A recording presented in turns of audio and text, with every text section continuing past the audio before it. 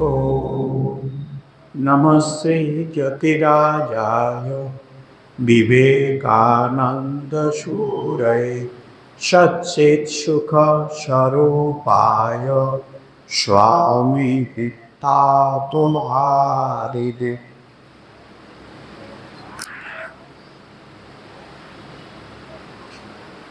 আমরা স্বামী শিষ্য সংবাদ শরৎচন্দ্র চক্রবর্তী মহাশয়ের সংকলিত পাঠ এবং অনুধ্যান করছি। আমরা পঞ্চদশ বল্লীতে আছি।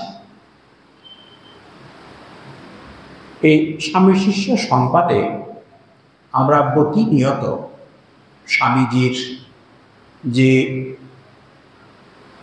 চারটি পদ্ধতি বা যোগ আমাদের জীবনের যে ধারা স্বরূপকে জানার জন্য তিনি গুরুত্ব দিয়েছেন, তার মধ্যে আমরা দেখতে পাচ্ছি যে আত্মার শক্তির কথা বারবার তিনি আমাদের মনে করিয়ে দিচ্ছেন। জ্ঞান যোগ, ভক্তি যোগ, কর্মযোগ এবং রাজযোগ, এই যে চারটি ধারা আমাদের স্বরূপকে জানার জন্য, যে স্বরূপকে জানতে যে ত্রিবিধ ত্রিদুঃখ থেকে আমরা মুক্ত হতে পারি, তাতে তিনি বারবার স্বামীজি আমাদেরকে আত্মদর্শনের কথা মনে করিয়ে দিচ্ছেন, নিজেকে জানার কথা মনে করিয়ে দিচ্ছেন, বারবার নিজেকে শক্তিশালী করার কথা বলছেন।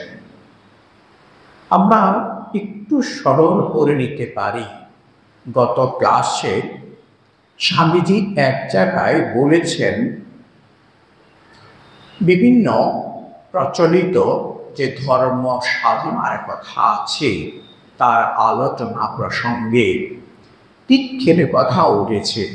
তিনি তীর্থ মাহাত্ম্যের কথা স্বীকার করে দিয়েও বলছেন, তবে স্থির জানবি এই মানবদেহের চেয়ে আর কোনো প্রধান তীর্থ নাই। এখানে আত্মার যেমন বিকাশ এমন আর কোথাও নাই। প্রায় প্রতি অধ্যায়ে তার শিষ্য শরৎচন্দ্র চক্রবর্তী মহাশয়ের মাধ্যমে তিনি আমাদেরকে বারবার এই জ্ঞানের কথা মনে করিয়ে দিচ্ছেন। আজকের যে প্রসঙ্গ বা স্থান, সেটি বেলুর ভাড়াটিয়া মঠ বাড়ি, যেটাকে আমরা নীলাম্বর মুখার্জির বাগান বাড়ি বলি। এর সময় 1898 খ্রিস্টাব্দ ফেব্রুয়ারি। এই আলোচনা প্রসঙ্গেও আমরা অন্য অনেক বিষয়ে আসবে, যেগুলো ধর্মের আকর্ষণীয় অঙ্গ বা আমাদের কাছে কৌতূহলের, সেই বিষয়গুলো আলোচনা আসবে। মূলত দর্শনের কথা, যে সাধকের যে দর্শন হয় সেই বিষয় নিয়ে আলোচনা আসবে। আমি কেন স্মরণ করিয়ে নিতে দিলাম গত দিনের ক্লাসে স্বামীজির কথা, যাতে আমাদের একটু বুঝতে সুবিধা হয় যে সংসারী হোক, মানে গৃহস্থ আশ্রমী হোক আর সন্ন্যাস আশ্রমী হোক না কেন, যে কোনো আশ্রমে স্বামীজি আত্মার স্বরূপ দর্শনের কথা বারবার আমাদেরকে মনে করিয়ে দিচ্ছেন। আমরা এবার আজকের যে প্রসঙ্গ একটু আমরা আলোচনা করে নিয়ে তারপরে সে প্রসঙ্গে আবার ঢুকব। বেলুরের শ্রীযুক্ত নীলাম্বর পাথর বাগানে স্বামীজি পদ উঠাইয়া আনিয়াছে। আদমবাজার হইতে এখানে উঠিয়া আসা হইলেও জিনিসপত্র এখনো সব গুছানো হয় নাই, ইতস্তত করিয়া আছে। স্বামীজি নতুন বাড়িতে আসিয়া খুব খুশি হইয়াছেন। শিষ্য উপস্থিত হইলে বলিলেন, দেখ দেখি কেমন বঙ্কা, কেমন বাড়ি, এমন স্থানে মঠ না হলে কি ভালো লাগে? এখানে স্থান মাহাত্ম্যের কথা উঠেছে। সাধারণত আমরা আমাদের শাস্ত্রগ্রন্থে দেখতে পাই যে আধ্যাত্মিক সাধনার জন্য যে আশ্রম তৈরি হয় বা সাধক যেটি স্থানে গিয়ে তপস্যা করে, সাধারণত আমাদের ঋষিরা, শাস্ত্রকাররা, গুরুরা সেই স্থানগুলো যাতে তার তপস্যার কিছু অনুকূল চিহ্নের কথা উল্লেখ করেছে, যাতে সাধকের সহজেই মনোনিবেশে সুবিধা হয়। একটি প্রাকৃতিক সৌন্দর্য থাকবে, সেখানে বিশেষ কোনো ভয় থাকবে না। ভয় মানে সেখানে আগে নির্জন স্থানে তপস্যার যে একটি প্রচলন ছিল, এখনো আছে, সেখানে বন্য পশু আদি বা কীটপতঙ্গ আদি যে ভয়, সেটা যাতে না থাকে এবং সে স্থান যাতে সুদৃশ্য মনোরম প্রাকৃতিক শোভা বর্ণিত হয় এবং সাধক যেখানে বসবেন সেটি যাতে, গীতাতেও উল্লেখ আছে যে খুব যাতে উঁচু না হয়, খুব যাতে নিচু না হয়। এগুলো হচ্ছে বাহ্যিকভাবে আনুষঙ্গিক পরিবেশ তৈরি করা, যাতে একজন সাধক সহজে তার মনটা সেই ইনফাইনাইট বা আমরা যেটাকে বলি অসীমের দিকে আকর্ষিত হয়, যাতে সে পরম চেতনার দিকে সহজে আকর্ষিত হয়।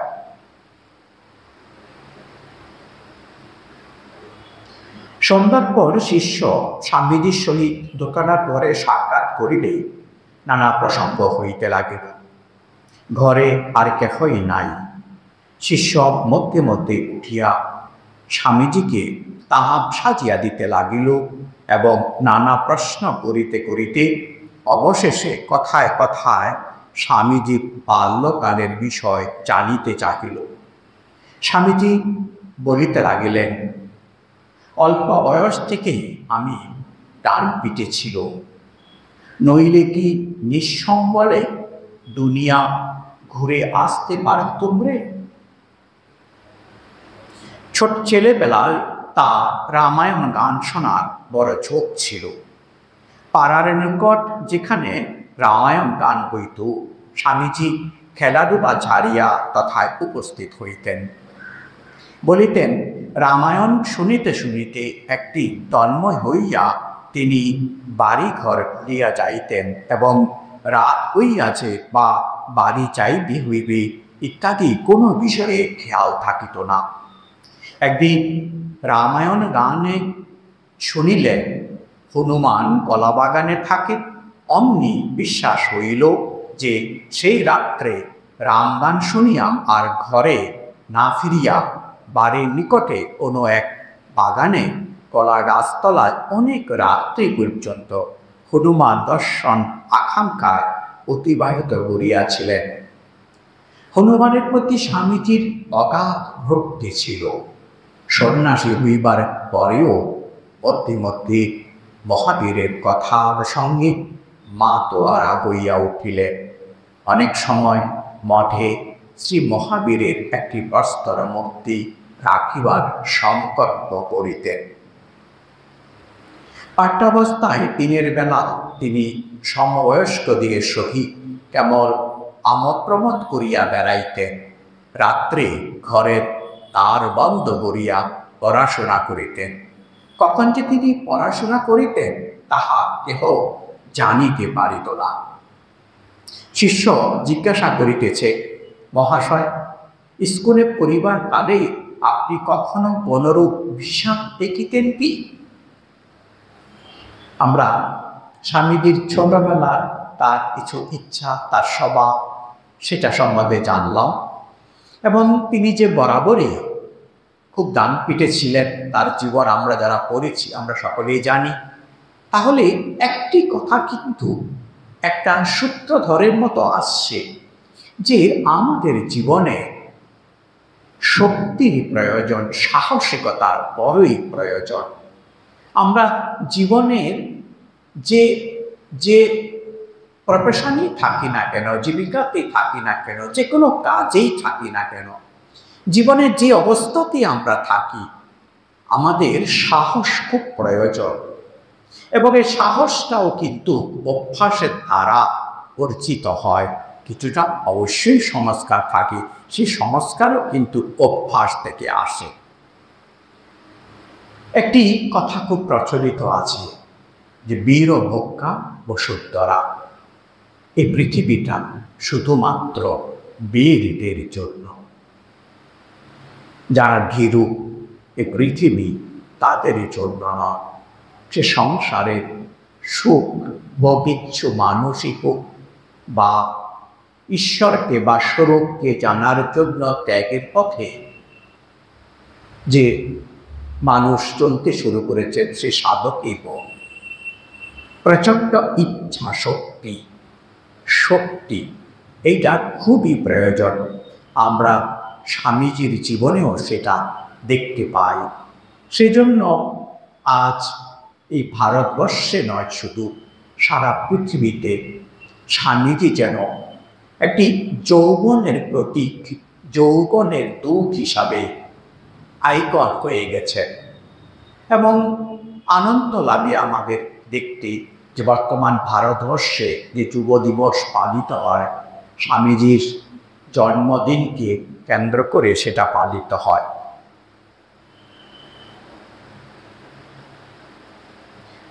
স্বামীজির যে মহাবীর প্রীতির কথা আমরা এখানে পেলাম, প্রসঙ্গান্তরে আমরা একটু বলতে পারি যে আমাদের রামকৃষ্ণ মিশনের বর্তমানে একটি কলেজ আছে, যে কলেজটি শুধুমাত্র ফিজিক্যাল এডুকেশনের উপরে শিক্ষা দেয়। সেটি একটি ডিগ্রি কলেজ। সেখানে পিএইচডি হয়, মাস্টার ডিগ্রি তো হয়, পিএইচডি মাস্টার ডিগ্রি হয়। একমাত্র কলেজ আমার জানা মতে সেটি আমাদের রামকৃষ্ণ মিশন কোয়েম্বাটোরে আছে। এবং সেটিও কিন্তু এই মহাবীরের নামে প্রতিষ্ঠিত, এবং একটি মহাবীরের একটি মূর্তিও সেখানে প্রতিষ্ঠিত আছে। তো যেখানে শক্তির সাধনা, সেখানে মহাবীর যেমন আমাদের প্রতীক ভারতীয় এই সনাতন সমাজে, আমাদের বর্তমান সমাজে স্বামী বিবেকানন্দ যেন সে প্রতীকের জায়গায় আমাদের যুব সমাজকে উদ্বোধিত করছেন শক্তির প্রতীক হিসাবে। এবার শিষ্যের সে কৌতূহল বিষাণ নিয়ে, মানে হচ্ছে দর্শনাদি। আমরা অনেকেই জানি যে পঞ্চ ইন্দ্রিয় গ্রাহ্য যে জগৎ, যেটাকে আমরা দেখতে পাই প্রত্যক্ষভাবে, সেটাকে নিয়েই আমাদের কল্পনা আবর্তিত হয়, আমাদের জীবন তার দ্বারা নিয়ন্ত্রিত হয়। কিন্তু খুব সহজেই আমরা বুঝতে পারি যদি একটু বিশ্লেষণ করি, পর্যবেক্ষণ করি, যে পঞ্চ ইন্দ্রিয় কার্য যে জগৎ, দর্শন, স্পর্শন ইত্যাদি যে পাঁচটি ইন্দ্রিয়, কর্মেন্দ্রিয় এবং জ্ঞানেন্দ্রিয়, মূলত আমরা বিশেষত যারা আমরা যুক্তি এবং বিজ্ঞানের উপর নির্ভর করি, সাধারণত আমরা এই পঞ্চ ইন্দ্রিয় কার্যের পরে সমস্ত আমাদের যুক্তি তর্ক নির্ধারিত, তার দ্বারা নির্দেশিত। এর বাইরে যে আরও কিছু থাকতে পারে সেটাকে আমরা ইগনোর করি বা বিশ্বাস করতে চাই না। কিন্তু চাই না বললেও হয় না, কারণ পঞ্চ ইন্দ্রিয় গ্রাহ্য যে অনুভব, তার সাহায্যে আমরা কিন্তু আমাদের জীবনের সমস্ত জিজ্ঞাসা আমরা পাই না। তখনই আমাদেরকে এই পঞ্চ ইন্দ্রিয় যে গ্রাহ্য জগৎ তার বাইরেও আমাদেরকে অনুভব করতে হয় বা কল্পনাকে আমাদেরকে আশ্রয় করে এগিয়ে যেতে হয়। খুব কথা প্রসঙ্গে আমরা বলি যে বিজ্ঞান এবং যুক্তি যেখানে শুধুমাত্র প্রত্যক্ষ প্রমাণের উপর নির্ভর করে, সেখানে যেই প্রশ্নের উত্তর আমরা এই পঞ্চ ইন্দ্রিয় কার্য প্রমাণের সাহায্যে নির্ধারণ করতে পারি, নিশ্চয়ই আমরা প্রথমে তা সেই যুক্তির উপর নির্ভর করব। কিন্তু যে প্রশ্নের উত্তর আমাকে দিতে পারছে না বা সম্ভাবনা থাকছে যার অন্য একটি পার্সপেক্টিভ হতে পারে, তখন অবশ্যই আমাকে দার্শনিক ভাবনা চিন্তা বা ইন্দ্রিয়ের পঞ্চ ইন্দ্রিয়ের বাইরের যে ভাবনা বা কল্পনা তাকে আমাকে নির্ভর করতে হয়। সেখানে এই দর্শনের বিভিন্ন কথা, বিভিন্ন প্রশ্ন আসবে এবং আধ্যাত্মিক জীবন মানেই হচ্ছে আমরা পঞ্চ ইন্দ্রিয়ের বাইরের যে জগৎ, যেটা শুধুমাত্র প্রত্যক্ষ অনুভূতির সাহায্যে বোঝা যায় না। এখানে আমাদের এই রামকৃষ্ণ ভাব পরিমণ্ডলে মূলত শ্রীরামকৃষ্ণের জীবন, মা শারদা এবং স্বামী বিবেকানন্দের জীবন পর্যালোচনা করলে আমরা দেখতে পাই বারবার বিভিন্ন যে দর্শন আদির কথা আসলেও শ্রীরামকৃষ্ণ বারবার বলছেন যে ওইগুলো আছে, কিন্তু ওইগুলোতে বেশি দৃষ্টি দিতে নেই, বরং আমাদের এই শরীরের মধ্যে যে অনুভূতি হয় তার উপরে গুরুত্ব দিতে এবং আমাদের চারিত্রিক নিয়ন্ত্রণের মাধ্যমে আমাদের ভিতরে যে সম্ভাবনা আছে সেইটাকে প্রকাশিত করে আমরা সেই স্বরূপকে জানতে পারি। এই কথাগুলো আমরা আমাদের কথামৃতে পাই এবং যে কৃষ্ণের কথা, দর্শনের কথা আমরা এখন আসছি, সেটা আমরা কথামৃত পাই এবং আমরা দেখতে পাই যে শ্রীরামকৃষ্ণ সেই দর্শনের ভুয়ো তার দর্শন হচ্ছে। কখনো কখনো সেই দর্শনগুলোকে তখনকার যারা উপস্থিত মন্তরা আছেন তারা বিশ্বাস করতে পারছেন না। তার জীবনের বহু ঘটনাকে বারবার পরীক্ষার সম্মুখে পড়ছে, তাতে শ্রীরামকৃষ্ণের কিন্তু কোনো পরোয়া নেই। কারণ তার কাছে আমাদের ইন্দ্রিয় কার্য জগতের অনুভবগুলো যেমন সত্যি, অতীন্দ্রিয় জগতের অনুভবগুলো সেইভাবে সত্যি। কিন্তু আমরা যারা সাধারণ মানুষ, আমাদের কাছে সেগুলো আমরা বুঝতে পারছি না এবং সেই জন্য তারা সেগুলোকে নিয়ে বেশি মাতামাতি করতে বা সেগুলোকে নিয়ে আমরা যাতে বেশি জীবনের সময় না কাটাতেও নিষেধ করছে। এবং কখনো কখনো এই যে অর্জিত শক্তি হঠাৎ ধরে বা সাধনা দ্বারা যেগুলোকে আমরা অলৌকিক বলি, মানে লৌকিক নয়, পঞ্চইন্দ্রিয় কার্যের যারা ব্যাখ্যা করা যায় না, সেগুলো অর্জিত হলেও তাতে গুরুত্ব তারা দিচ্ছে না। কারণ বেশিরভাগ সময় দেখা যাচ্ছে সেই শক্তিগুলোর দ্বারা আমাদের জীবনের যে মূল লক্ষ্য, মানুষের জীবনের উদ্দেশ্য ভগবান লাভ, শ্রীরামকৃষ্ণের এই যে মূল কথা তা অর্জিত হচ্ছে না বা তাতে কোনো রকম সুপথ দিচ্ছে না সে সাধনার ক্ষেত্রে। কিন্তু আমাদের কৌতূহল উদ্দীপন মন বারবার সেই বিশেষ ভীষণ বা দর্শনগুলোর দিকে আমাদেরকে আকর্ষিত করে। একই রকমভাবে শিষ্যও জানতে চাইছেন স্বামীজির কাছে যে স্কুল পরিবার কালে কখনো কি কখনো ভীষণ দেখিতেন? স্বামীজি স্কুলে পড়বার সময় একদিন রাত্রে দৌড় বন্ধ করে ধ্যান করতে করতে মন বেশ তন্ময় হয়েছিল। কতক্ষণ ওইভাবে ধ্যান করেছিলাম বলতে পারি না। ধ্যান শেষ হতো, তখনও বসে আছি। ওই সময় ওই ঘরের দক্ষিণ দেয়াল ভেদ করে এক জ্যোতির্ময় মূর্তি বের হয়ে সামনে এসে দাঁড়াল। তার মুখে এক অদ্ভুত জ্যোতি, অথচ যেন কোনো ভাব নাই। মহা শান্ত সন্ন্যাসীর মূর্তি, মস্তিষ্ক খণ্ডিত মস্তক, হস্তে দণ্ড ও কমণ্ডলু। আমার প্রতি এক দৃষ্টে খানিকক্ষণ চেয়ে রইলেন, যেন আমায় কিছু বলবেন এইরূপ ভাব। আমিও অবাক হয়ে তার পানে চেয়েছিলাম। তারপরে মনে কেমন ভয় এলো। তাড়াতাড়ি দৌড় খুলে ঘরে বাইরে গেলাম। তারপরে মনে হলো, কেন এমন নির্বোধের মতো ভয়ে পালাবো? হয়তো তিনি কিছু বলতেন। আর কিন্তু সেই মূর্তি কখনো দেখা পাইনি। কতদিন মনে হয়েছে, যদি ফের দেখা পাই তো এবার আর ভয় করব না, তার সঙ্গে কথা কইব, কিন্তু আর দেখা পাইনি। এটি স্বামীজির জীবনের একটি ঘটনা। আমরা যারা স্বামীজির জীবনে পড়েছি সেটা জানি। পরবর্তীকালে কখনো কখনো স্বামীজিরও কথা বা অন্যদেরও আমরা কমেন্টারিতে মত হতে পাই যে হয়তো ভগবান বুদ্ধের দর্শন তিনি পেয়েছিলেন। কিন্তু এখানে আমরা বারবার মূল যে ভাবনা সেটার উপরে আমরা কথা বলে যাব বা ছুঁয়ে যাব।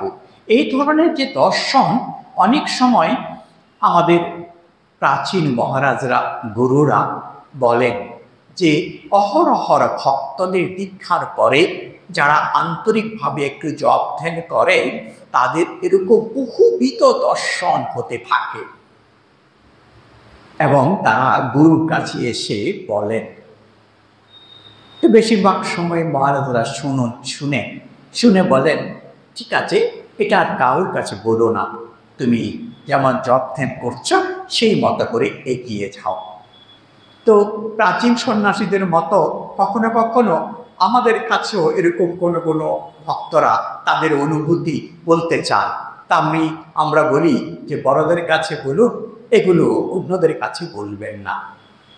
তো এই অনুভূতি কিন্তু অনেকেরই অনেক রকম হয়, কিন্তু সেই সঙ্গে সঙ্গে এই অনুভূতির কতখানি গুরুত্ব আছে, কতখানি আমি একে আমার আধ্যাত্মিক উন্নতির জন্য প্রয়োজনীয় বলে মনে করব, বা এই অনুভূতিকে আমার আধ্যাত্মিক অগ্রগতির কোনো লক্ষণ, এটাকে যদি এইভাবে বিশ্লেষণ করি জিনিসটা অনেক সহজ হয়ে যায়। একটি ছোট্ট ব্যক্তিগত প্রসঙ্গ মনে পড়ল, তখন সঙ্গে যোগদান করেছি। তো প্রাচীন মহারাজরা বিভিন্নভাবে প্রশ্ন করে বোঝার চেষ্টা করতেন যে যোগদান করার পিছনে ভাবনা চিন্তা স্তরটা। তো যেখানে যোগদান করেছিলাম সেখানে অধ্যক্ষ মহারাজ একদিন বললেন যে কেন যোগদান করেছ সঙ্গে? তো যেমন শিশু সুলভ মত বা ছোটদের যেমন হয় যে কথা বলিতে পড়েছি ভগবান লাভ করব বলে। তো মানে কি? বলছে মানে কি ভগবানের দর্শন? কতখানি বোধ বুদ্ধি, হ্যাঁ। তারপরে বলো, ধরো যে তুমি ঘুমিয়ে আছো, কেউ একজন যাত্রাগানের পোশাক পরে হয় কালীর রূপে বা কৃষ্ণের রূপে বা শ্রীরাম ও কৃষ্ণের রূপে ভোর রাত্রে তোমার ঘরে এসে তোমাকে দর্শন দিল। তো তুমি তো জানো না সেটা সত্যি কি মিথ্যা। তো তাতে তোমার কি মনে হবে, বা এর দ্বারা তোমার বা কি লাভ হবে? তো আমিও ফেলিয়ে তাকিয়ে আছি যে কি উত্তর দেব বুঝতে পারছি না। তো কিন্তু যে উদ্দেশ্য হচ্ছে যে এই পথের যে দর্শনাদির কথা আমরা খুব সহজে ভাবি বা এগুলোর দ্বারা আকর্ষিত হই, তাতে যাতে গুরুত্ব না দিই। তাহলে গুরুত্ব আমরা কিসের উপর দেব? আধ্যাত্মিক পথে আমরা যে সঠিক চলছি বা গুরুর নির্দিষ্ট সাধন পদ্ধতি যে আমরা সঠিকভাবে চলছি, সেটা কি করে বুঝবো? এর ছত্রে ছত্রে বলা আছে। সেগুলো যদি আমাদের জীবনে চরিত্রে ফুটে উঠে, তখনই আমি বুঝতে পারবো যে আমি আমার এই সংসার মায়ার ভাব কমে আমার মধ্যে স্বরূপত যে ঈশ্বর আছে সেটা প্রকাশিত হচ্ছে, এবং তাতেই আমার ত্রিবিধ দুঃখ থেকে আমি মুক্ত হতে পারি। আমরা এবার আসছি স্বামীজির কথায়।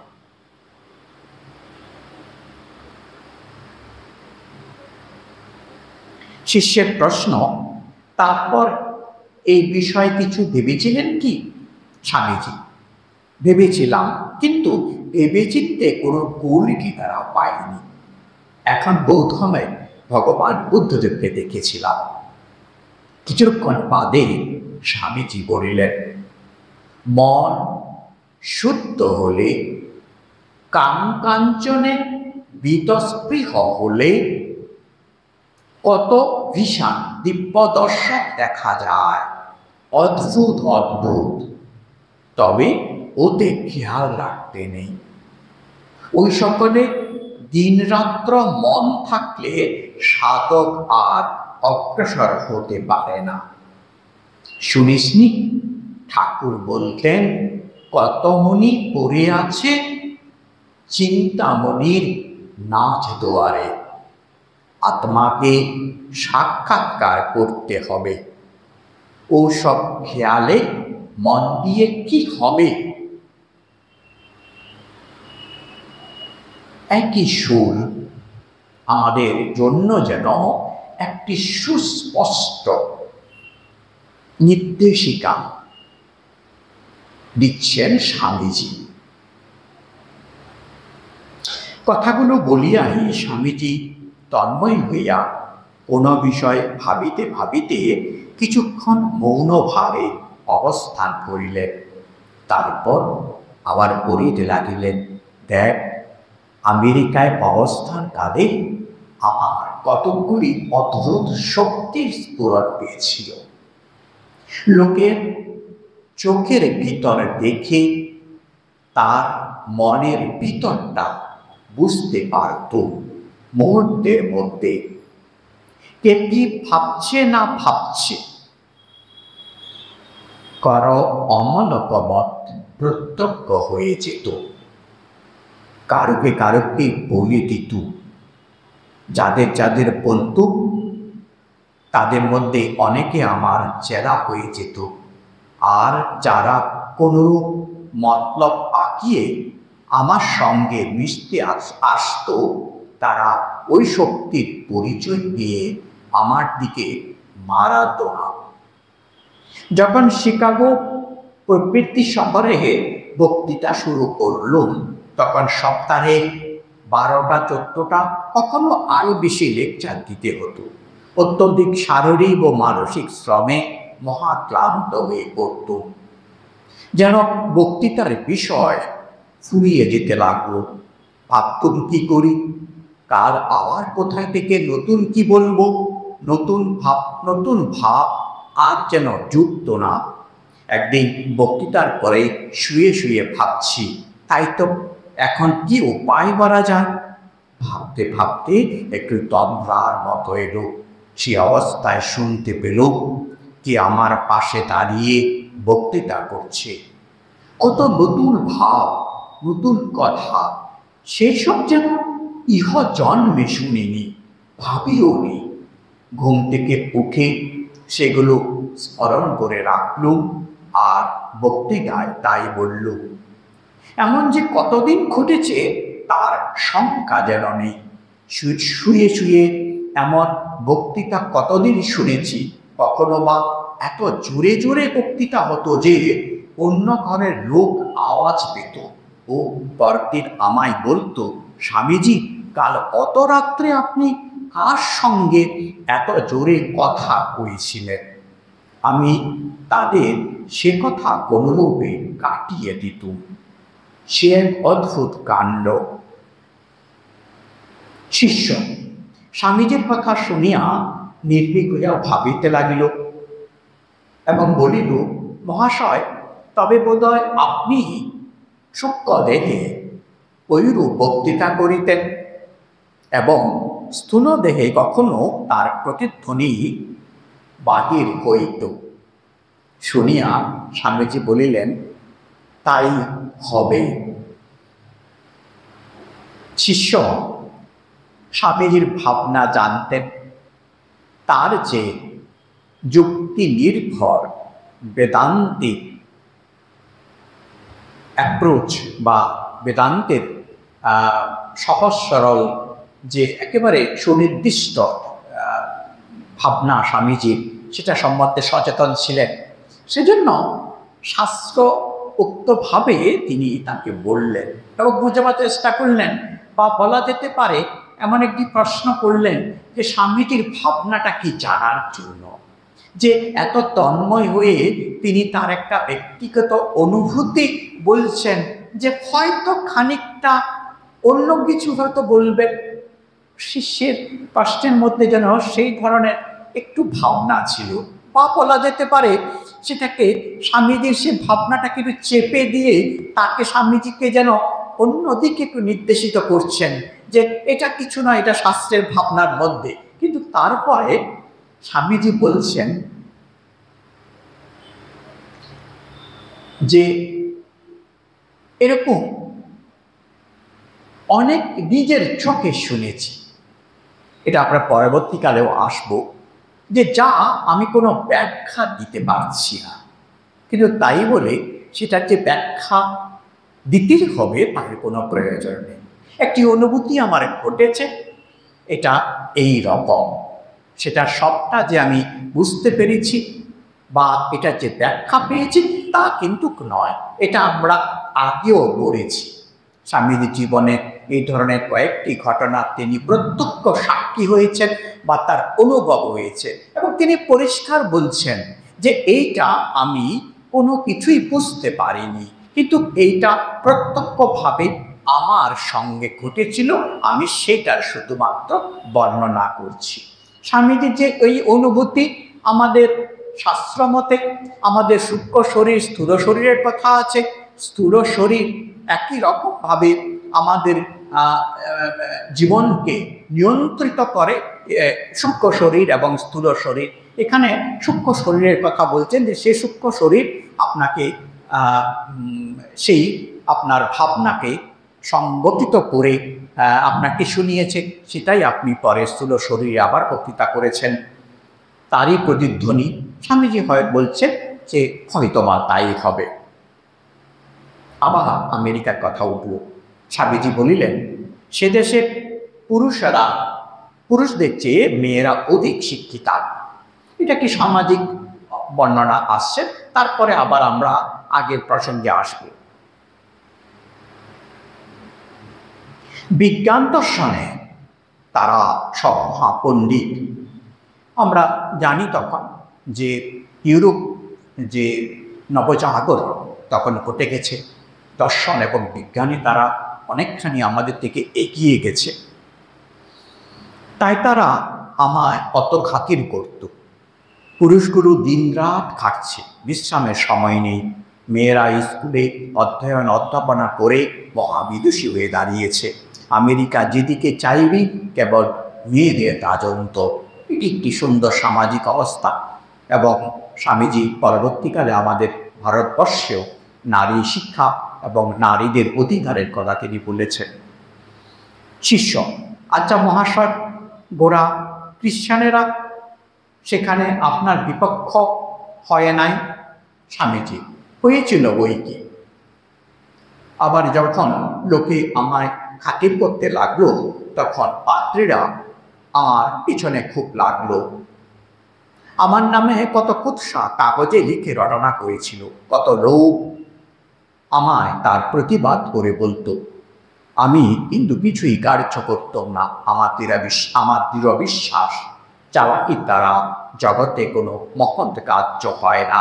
তাই ওই সকল অশ্লীল কুৎসায় কর্ণপাত না করে ধীরে ধীরে আপনার কাজ করে যেত, দেখতেও পেত। অনেক সময় যারা আমায় অযথা গালবন্ধ করত, তারাও অনুতপ্ত হয়ে আমার শরণ নিত এবং নিজেরাই কাগজে কন্ট্রাডিক্ট করে বা প্রতিবাদ করে ক্ষমা চাইত। কখনো কখনো এমনও হয়েছে যে আমায় কোনো বাড়িতে নিমন্ত্রণ করেছে দেখে কেউ আমার নামে ওই সকল মিথ্যা কুৎসা বাড়িওয়ালাকে শুনিয়ে দিয়েছে। তাই শুনে সে দোর বন্ধ করে কোথায় চলে গেছে। আমি নিমন্ত্রণ রক্ষা করতে গিয়ে দেখি সব ভঙ্গ, কেউ নেই। আবার কিছুদিন পরে তারাই সত্য কথা জানতে পেরে অনুতপ্ত হয়ে আমার চেলা হতে এসেছে। কি জানিস বাবা, সংসারে সবই দুনিয়াদারি। ঠিক সৎসাহসী ও জ্ঞানী কি এইসব দুনিয়াদারিতে বলে রে বা? জগৎ যা ইচ্ছে বলুক, আমার কর্তব্য কার্য করে চলে যাব, এই জানবি বীরের কাজ। নতুবা এই কি বলছে, ও কি বলছে, ওই সব নিয়ে দিন রাত থাকলে জগতে কোনো মহৎ কার্য করা যায় না। আমাদের মনে রাখতে হবে যে আমরা যে ভাব, শ্রীরামকৃষ্ণের ভাব, সেখানে হচ্ছে সকলকে সম্মান করা এবং তার জীবনের অনুভব এবং উপলব্ধি দিয়ে তিনি অনুভব করেছেন সব ধর্মই সত্যি। ঈশ্বরকে বিভিন্ন নামে ডাকা হয়, একই অনুভব চরম সত্য এক। বিভিন্ন অনুভব হলেও এখানে একটি সামাজিক এবং রাজনৈতিক প্রেক্ষাপটের কথা বলা হচ্ছে যে খ্রিস্টানরা তার পিছনে লেগেছিল কিনা। হ্যাঁ, স্বামীজি লেগেছেন, কিন্তু এটা মাথায় রাখতে হবে যে স্বামীজিকে যারা সাহায্য করেছিলেন তারা অধিকাংশই খ্রিস্টান। স্বামীজিকে যারা মর্যাদা দিয়েছিলেন তারা অধিকাংশই বা সকলেই ছিলেন খ্রিস্টান। তো সুতরাং এখানে যে 2-4 খ্রিস্টান পাদ্রীরা স্বামীজির পিছনে ঈর্ষাবশত বা তাদের ক্ষুদ্র মনের কারণে স্বামীজির সমালোচনা করেছিলেন, এবং তাতে আমরা ইতিহাস ঘাটলে জানতে পারি স্বামীজির সহ যে ভারতবাসীরা তখন শিকাগোতে গিয়েছিলেন তারাও কেউ পিছপা ছিলেন না। তারাও অনেকেই ঈর্ষাপরবশ হয়ে স্বামীজির সমালোচনা করেছে এবং বারবার স্বামীজিকে ছোট করার চেষ্টা করেছে। কিন্তু সূর্যকে যেমন কোনো কিছুর দ্বারা কলঙ্কিত করা যায় না, নিজের প্রভায় সে সবসময় ভাস্বর, ঠিক স্বামীজিও সেইভাবে গুরু বলে বলিয়ান হয়ে ঈশ্বরের ইচ্ছায় যুগ পুরুষ রূপে যুগের বিশেষ যে বাণী সেটা প্রচার করার জন্য এসেছিলেন, তা তিনি সফলতার সঙ্গে করে এসেছেন। এতে প্রমাণিত হয় যদি সত্যের পথে কেউ থাকে, কোনো অপশক্তি আমাদের কোনো পথ রোধ করতে পারেন না। তারপরে স্বামীজি বলছেন যে এই শ্লোকটা জানিস না, নিন্দন্তু নীতি নিপুণা যদি বা স্তবন্তু লক্ষ্মী সমাপি শতু গচ্ছতু বা যথেষ্টম অদ্বৈবা মরণহস্তু শতাব্দান্তরে বা নার্যদ পথ প্রবিচরন্তি পথ নভীরা। লোকে তোর স্তুতি করুক বা নিন্দা করুক, তোর প্রতি লক্ষ্মীর কৃপা হোক বা না হোক, আজ বা যুগান্তরে তোর দেহপাত হোক, যেন জ্ঞান পথ থেকে ভ্রষ্ট অশ্নি। স্বামীজি বলছেন কত বড় তুফান এড়িয়ে গেলে তবে শান্তির রাজ্যে পৌঁছান যায়।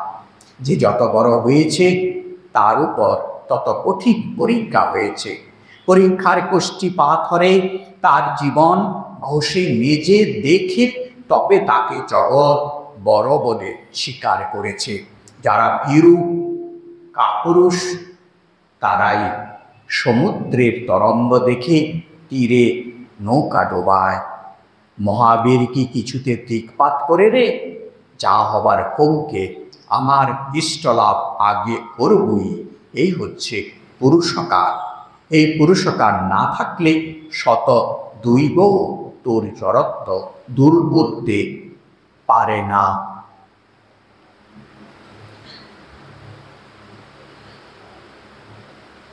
আমরা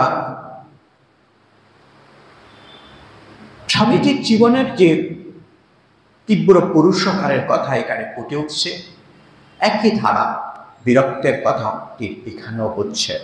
তারপর শিষ্য একটি শাস্ত্র নির্দিষ্ট একটি প্রশ্ন করছেন, সেটাকে খুব সহজভাবে আমরা বোঝার জন্য একটু বলি দিই। দৈব এবং পুরুষকার, এই দুটি কথা নিয়ে এখানে আলোচনা হবে।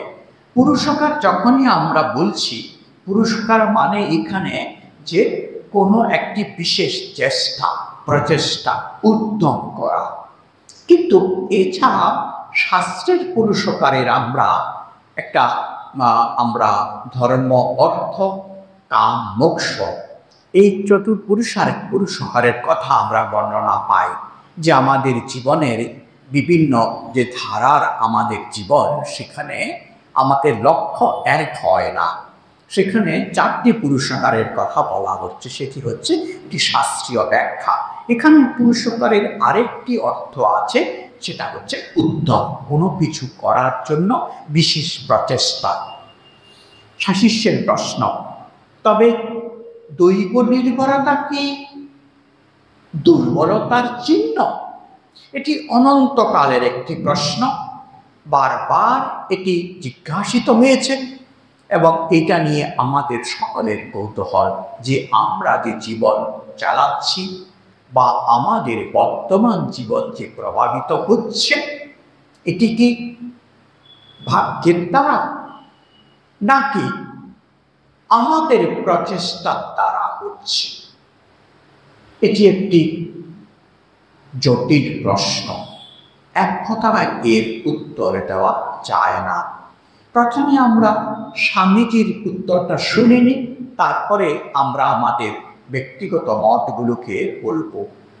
স্বামীজি, শাস্ত্রের নির্ভরতা, শাস্ত্র নির্ভরতাকে পঞ্চম পুরুষার্থ বলে নির্দেশ করেছে।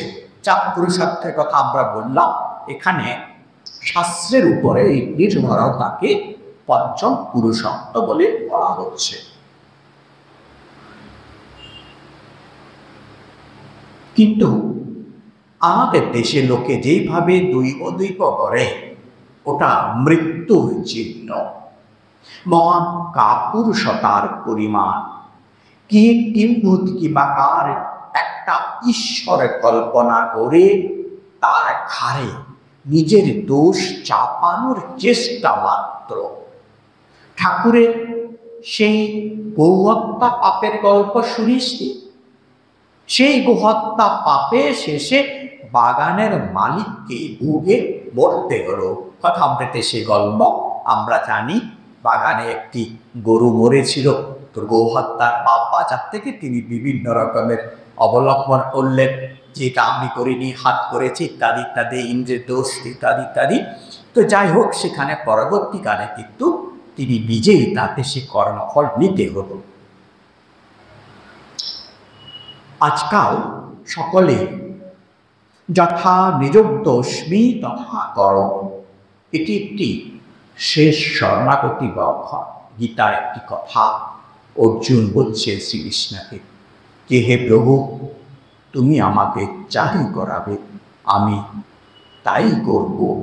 আমার দ্বারা আর কোনো কিছু আমার ইচ্ছা অনুসারে হবে না, সমস্তটাই তোমার। আমাদের খুব সাবধান হতে হবে। অর্জুনকে এই জায়গাটিতে এসে পৌঁছাবার জন্য অনেকখানি জায়গা অতিক্রম করতে হয়েছে। ভগবানকে তার অহংকার সম্পূর্ণ নিবৃত্ত করতে হয়েছে।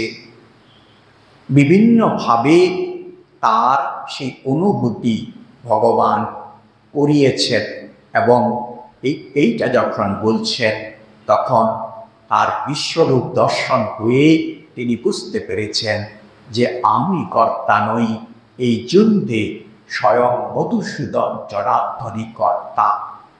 সুতরাং তার আগে পর্যন্ত অর্জুন বলছে, দেখো বাপু, আমি এই যুদ্ধ করব না, আমি করব না, এখানে আমি রয়ে গেছে। এখানে যখন বলছে যথা নিযুক্তস্মি তথা বরৌমি, সেটা হচ্ছে সমস্ত তার অহংকার নিবৃত্ত হয়েছে। সেটা না হওয়া পর্যন্ত আমি যদি বলি ভগবানের ইচ্ছা, তাই হচ্ছে সেখানের মধ্যে অপণ্ডতা থাকতে পারে এবং অপণ্ডতা থাকলে আমরা আধ্যাত্মিক পথে যথোপযুক্ত ফল পাব না। আজকাল সকলেই যথা নিযুক্তস্মি তথা করবি বলে পাপপূর্ণ দুই ঈশ্বরের ঘাড়ে চাপিয়ে দে, নিজে যেন পদ্মপত্রের জল। সর্বদা এইভাবে থাকতে পারলে সে তো মুক্ত। কিন্তু ভালোর বেলায় আমি আর মন্দের বেলায় ভগবান, তুমি কেন আমার জন্য এটা করলে? স্বামীজি বলছেন, বলিহারি তাদের দৈব নির্ভরতায় পূর্ণ প্রেম বা জ্ঞান না বলে নির্ভরের অবস্থা হতেই পারে না। যারা ঠিক ঠিক নির্ভর হয়েছে, যার ঠিক ঠিক নির্ভর হয়েছে, তার ভাব মন্দ ভেদ বুদ্ধি থাকে না। ওই অবস্থায় উজ্জ্বল দৃষ্টান্ত আমাদের ভেতর ইথানি সাধু নাগ মহাশয় স্বামীজির শিষ্যকে বুঝাবার জন্য বলছেন যে আমাদের মধ্যে যদি কেউ থাকেন এই মুহূর্তে, যিনি তার জীবন প্রতিটা ক্ষণ অতিবাহিত করছেন ঈশ্বরের ইচ্ছায়, বলছেন সাধু নাগ মহাশয়। বলিতে বলিতে নাগ মহাশয়ের প্রসঙ্গ চলিতে লাগিল। স্বামীজি বলিলেন, অমন অনুরাগী ভক্ত কি আর দুটি দেখা যায়? আহা, তার সঙ্গে আবার কবে দেখা হবে? স্বামীজি নাগমশাইয়ের প্রশংসা করছেন। আমরা জানি কতখানি শ্রদ্ধাশীল ছিলেন। সন্ন্যাসী প্রবর শ্রেষ্ঠ সন্ন্যাসী স্বামী বিবেকানন্দ স্বয়ং সাধু নাগ মহাশয় গৃহস্থ আশ্রমে আছেন, তাকে সাষ্টাঙ্গ প্রণাম করছেন এবং বেলুর মঠের তখন তার উপস্থিত স্বামীজির শিষ্যর এবং অন্যান্য সন্ন্যাসীদের বলছেন, প্রণাম করে ধন্য হও। তাহলে বোঝা যাচ্ছে যে জ্ঞান লাভের অবস্থার পরে সন্ন্যাসী এবং গৃহস্থাশ্রমের ভেদও বুঝে যায়। এবং এখানে এই দৈব এবং যে পুরুষরা, এটা নিয়ে আমাদের প্রত্যেকের জীবনে প্রতিদিন আমরা চলে যে আমরা বলি ঠাকুরের ইচ্ছায় মহারাজই হয়েছে, ঠাকুরের ইচ্ছাই হয়েছে, ঠাকুরের ইচ্ছাই হয়েছে। স্বামীজি এখানে বলছেন যে আমাদের সাবধানে এটা বলতে হবে, কারণ স্বামীজির বলছেন যে যতক্ষণ পর্যন্ত না পূর্ণরূপে ধ্যান করছে বা পূর্ণ প্লেই করছে, ততক্ষণ পর্যন্ত এই অবস্থা হতে পারে না, আমাদের আমিত্ব থেকে যায়। তো সেখানে যদি বলি এটা ঈশ্বরের ইচ্ছা হয়েছে, সেটা ভুল হতে পারে। তখন আমাদেরকে একটু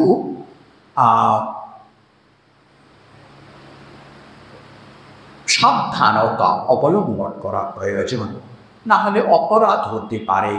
একটু দীনতা অবলম্বন করা, একটু ভক্তিভাব অবলম্বন করা তখন প্রয়োজন।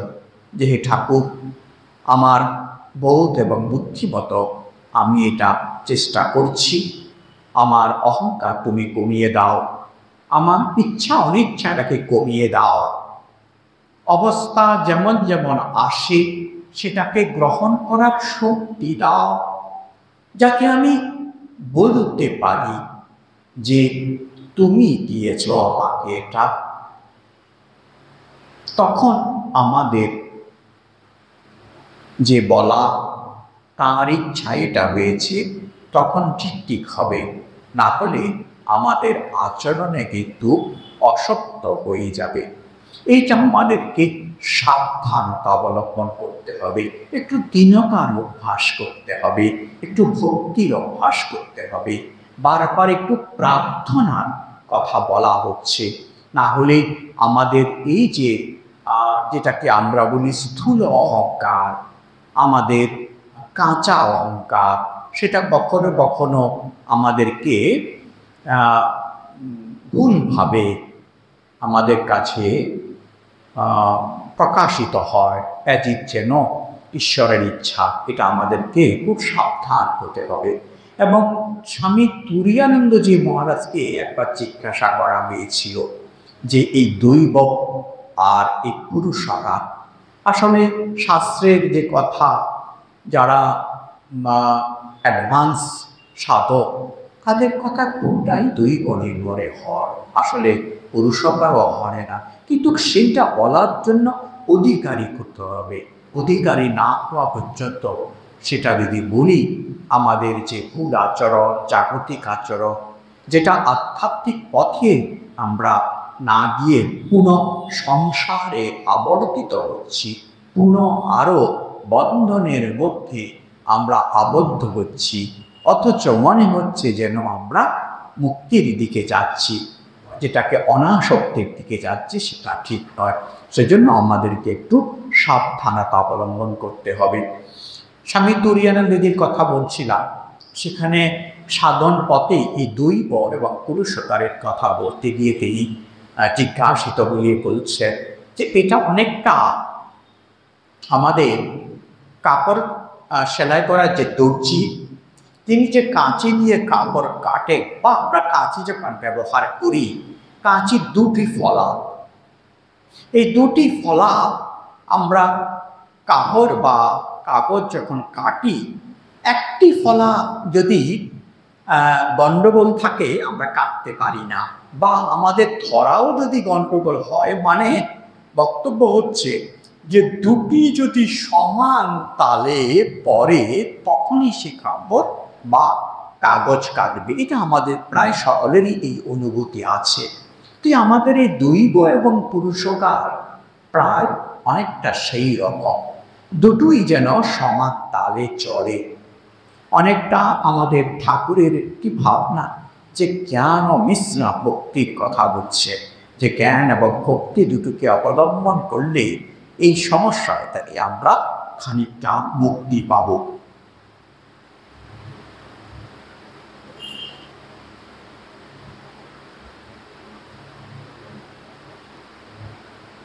স্বামীজি, আমরা প্রসঙ্গে যাচ্ছি আরেকটি, যে উনি আমাদের সাধুনাথ মশাইয়ের কথায় বলছেন যে শিষ্য বলছেন যে আমাদের ও দেশে, মানে বর্তমান বাংলাদেশে, পূর্ববঙ্গে তাকে পাগল বলে, মানে সাধুনাথ মশাইকে। আমি কিন্তু প্রথম দিন হইতেই তাকে মহাপুরুষ মনে করেছিলাম। শিষ্য আমরা জানি তিনি একজন শাস্ত্র পুরুষ ছিলেন, তো সেজন্য তিনি তার লক্ষণ দেখে তাকে মনে করেছিলেন তিনি আকরিগত্যে একজন মহাপুরুষ। এবং তিনি খুব গর্ববোধ করে বলছেন যে সাধুনাথ মশাই আমাকে বড় ভালোবাসেন, কৃপা করেন। স্বামীজি, অমন মহাপুরুষের সঙ্গ লাভ করেছিস, তবে আর ভাবনা কিসের? বহু জন্মের তপস্যা থাকলে তবে ওসব মহাপুরুষের সঙ্গ লাভ হয়। সাধুনাথ মহাশয়ের বাড়িতে কিরূপ থাকেন? স্বামীজির প্রশ্ন। শিষ্য, মহাশয়ের কাজকর্ম তো কিছুই দেখি না, কেবল অতিথি সেবা লইয়াই আছেন। পালবাবুরা যে কয়টি টাকা দেন তদে ভিন্ন গাছাচ্ছাদনের অন্য সম্বল নাই, কিন্তু খরচাপত্র একটা বড়লোকের বাড়িতে যেমন হয় তেমনি। নিজের ভোগের জন্য সিকি পয়সাও ব্যয় নাই,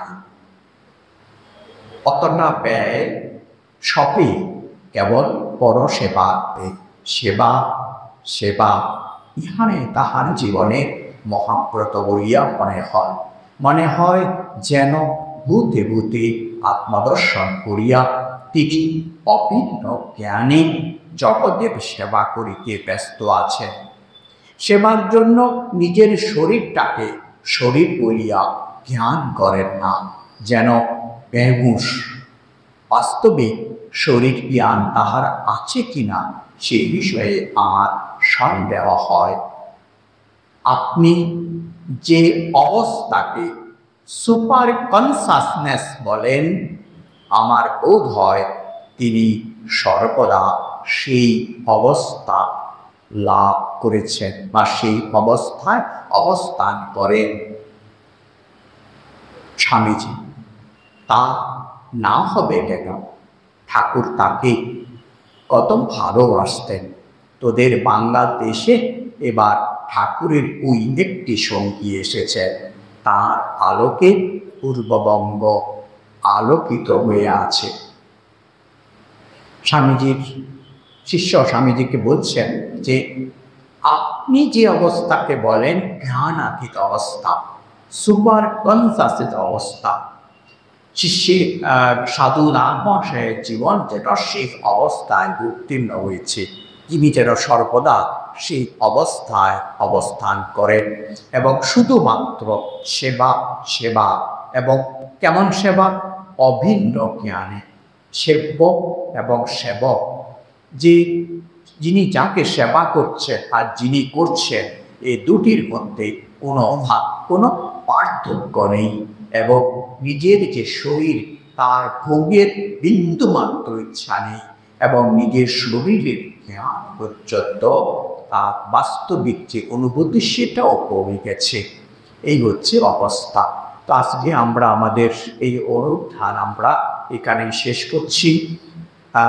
মহাপুরুষদের জীবনের লক্ষণ বর্ণনা করে শাস্ত্রোক্ত যে অবস্থা আমাদের সামনে আজকে স্বামীজি এবং তার শিষ্যের আলোচনা থেকে আমরা বুঝতে পারলাম। আমরা দিব্য প্রবীণ কাছে প্রার্থনা করব তারা যেন আমাদেরকে শক্তি দেন, আমরা যাতে এই অনুভূতি যোগ্য হয়ে উঠতে পারি। ও শান্তি শান্তি শান্তি। হরি ওম তৎসৎ। শ্রীরামকৃষ্ণার্পণমস্তু।